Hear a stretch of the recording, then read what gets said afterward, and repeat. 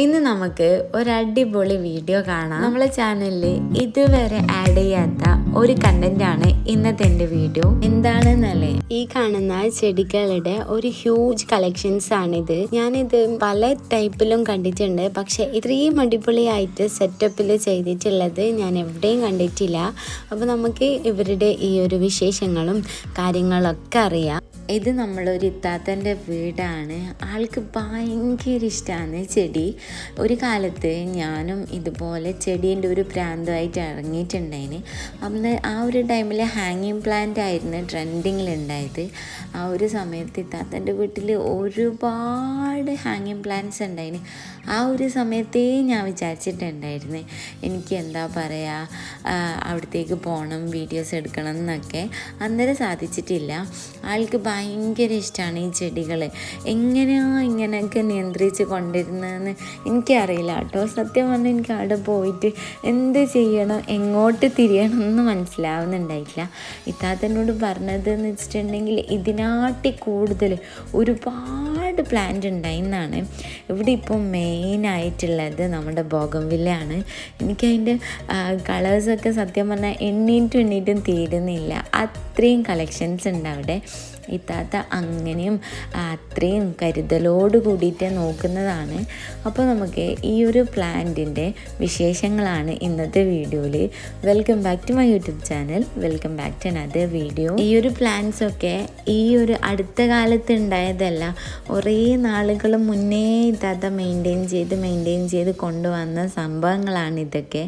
ഇത്രയും ഭംഗിയായിട്ട് കൊണ്ട് നടക്കുന്നുണ്ടെങ്കിൽ ആളെത്ര എഫേർട്ട് ഇടുന്നുണ്ട് എന്നുള്ള കാര്യം നമ്മൾ നോട്ട് ചെയ്യണം. ശരിക്കും നമുക്ക് വേണ്ടത് ഒരു ചെടി നടുന്ന സമയത്തായാലും എന്ത് സംഭവങ്ങൾ ചെയ്യുമ്പോഴാണെങ്കിലും നമുക്ക് വേണ്ടത് പേഷ്യൻസ് ആണ്. ക്ഷമ നല്ലോണം വേണം.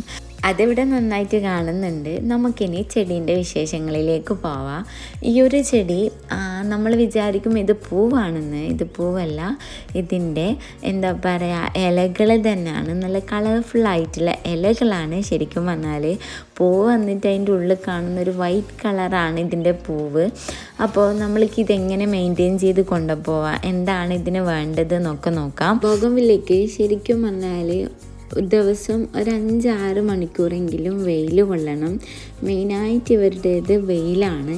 അപ്പോൾ ആ വെയിൽ നല്ലോണം ഉള്ള സമയത്താണ് ഇത് നല്ലോണം പൂത്ത് നിൽക്കലേ. പിന്നെ വേണ്ടത് എന്താണെന്ന് വെച്ചിട്ടുണ്ടെങ്കിൽ ഇതിന് വെള്ളം കുറച്ച് ആവശ്യമുള്ളൂ. ഇത്താത്ത പറയലുണ്ട് കുറച്ച് വെള്ളം മാത്രമേ വേണ്ടൂ എന്നുള്ളത്. ഇതിൻ്റെ മുകളിലെ മണ്ണ് ഡ്രൈ ആവുന്ന സമയത്താണ് ശരിക്കും ഈ ഒരു ചെടി നല്ലോണം ഉഷാറാവലെന്നാണ് പറയണത്. നല്ലോണം പൂത്ത് വരുത്തുന്നാണ് പറയണത്. അപ്പോൾ ആ ഒരു സമയത്ത് മാത്രമേ വെള്ളം ഒഴിച്ചു കൊടുക്കാൻ വേണ്ടി പാടുള്ളൂ. കുറച്ച് വെള്ളവും ഒരുപാട് വെയിലും അതുപോലെ തന്നെ കുറച്ചധികം ക്ഷമയുണ്ടെങ്കിൽ നമ്മുടെ ബോഗൺവില്ല അടിപൊളിയായിട്ട് വളരും. ഈ ഒരു ചെടീൻ്റെ പ്രത്യേകത എന്താണെന്ന് വെച്ചിട്ടുണ്ടെങ്കിൽ ഇവർ സ്വയം വളരുന്ന ഒരു ടൈപ്പാണ്. അവർക്ക് ആവശ്യമുള്ള സൂര്യപ്രകാശം കിട്ടിയിട്ടുണ്ടെങ്കിൽ അവരങ്ങനെ വളർന്നോളും. വെള്ളത്തിൻ്റെ വലിയൊരു ഇമ്പോർട്ടൻസ് ഇല്ല. വെള്ളം വേണം, പക്ഷേ ഓവർ വെള്ളം ആവശ്യമില്ലാത്തതുകൊണ്ട് തന്നെ ആ ഒരു സൂര്യപ്രകാശത്തിൽ തന്നെ ഇവർ നന്നായിട്ട് വളരും. ഇത്താത്ത ഇവിടെ സെറ്റാക്കി കൊടുത്തിട്ടുള്ളത് മതിലിൻ്റെ മുകളിലാണ്. അതുകൊണ്ട് തന്നെ നമുക്ക് മനസ്സിലാക്കാം ഇതിന് ഓരോ സ്ഥലങ്ങളൊന്നും ആവശ്യമില്ല. ഇതുപോലെ മതിലിൻ്റെ മുകളിൽ വെച്ച് കൊടുത്താൽ എന്ത് ഭംഗിയാണ് കാണാൻ വേണ്ടിയിട്ട്.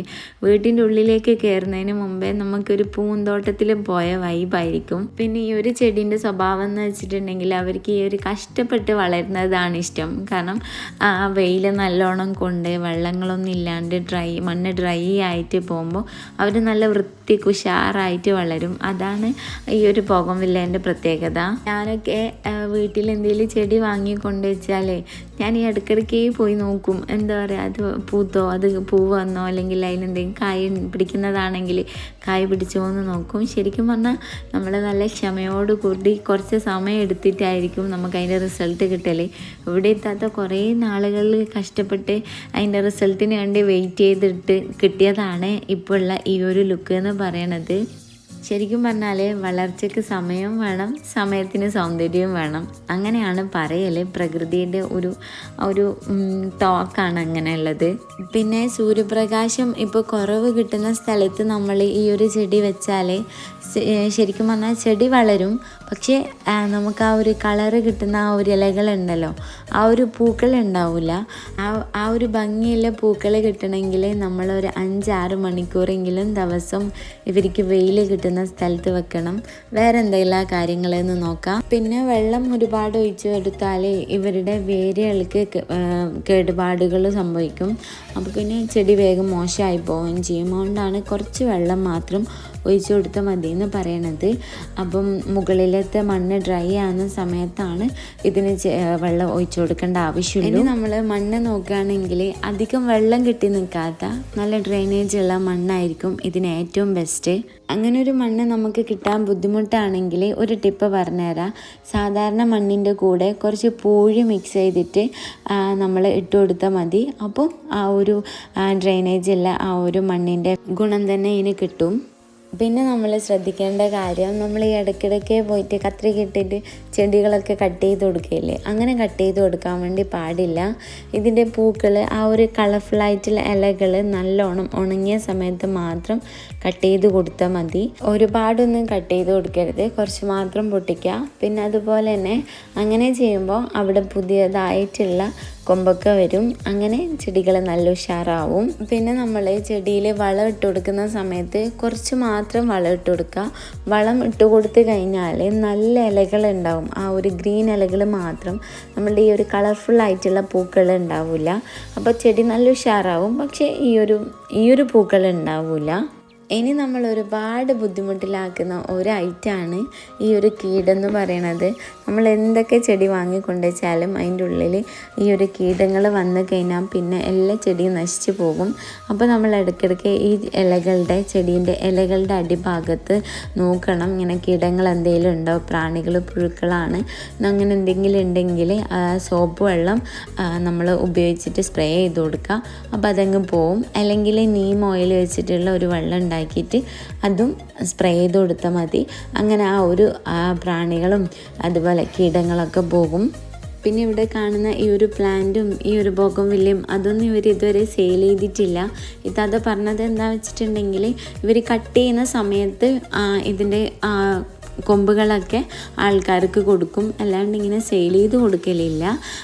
ഇത്രയും ഡിഫറൻസ് കളേഴ്സൊക്കെ എങ്ങനെ സെറ്റാക്കിയെന്നുള്ളത് ചോദിച്ചപ്പോൾ പുള്ളിക്കാരി പറഞ്ഞത് ഇത്താത്തൻ്റെ കയ്യിലില്ലാത്ത സാധനം പുറത്തുള്ള ആൾക്കാരുമായിട്ട് കോണ്ടാക്ട് ചെയ്ത് അവരിൽ നിന്ന് ഇത്താത്തൻ്റെ കയ്യിലില്ലാത്തത് കിട്ടും, ഇത്താത്തൻ്റെ കയ്യിലുള്ളത് അവർക്കും അയച്ചു കൊടുക്കും. അതായത് ഓൺലൈനിലുള്ള ഫ്രണ്ട്സുമായിട്ട് അങ്ങനെ ഷെയർ ചെയ്തിട്ടാണ് ഈ ഒരു പ്ലാന്റ്സിൻ്റെ ഇത്രയും കളക്ഷൻസ് പുള്ളിക്കാരി സെറ്റാക്കി കൊടുത്തിട്ടുള്ളത്. നിങ്ങൾ ഈ ഒരു ബോഗൺവില്ലയൊക്കെ നട്ട് വളർത്തുന്ന ആൾക്കാരാണെങ്കിൽ എന്തെങ്കിലും ക്വസ്റ്റ്യനും കാര്യങ്ങളൊക്കെ ചോദിക്കാനുണ്ടെങ്കിൽ കമൻസിലൂടെ ചോദിച്ചോട്ടാ. ഞാൻ ഇത്താത്തനോട് ചോദിച്ചിട്ട് നിങ്ങൾക്ക് അതിൻ്റെ റിപ്ലൈ തരുന്നതായിരിക്കും. പിന്നെ എന്താ പറയുക, വീടിൻ്റെ ഉള്ളിൽ വേറെയും ഒരുപാട് പ്ലാന്റ്സ് ഉണ്ട്.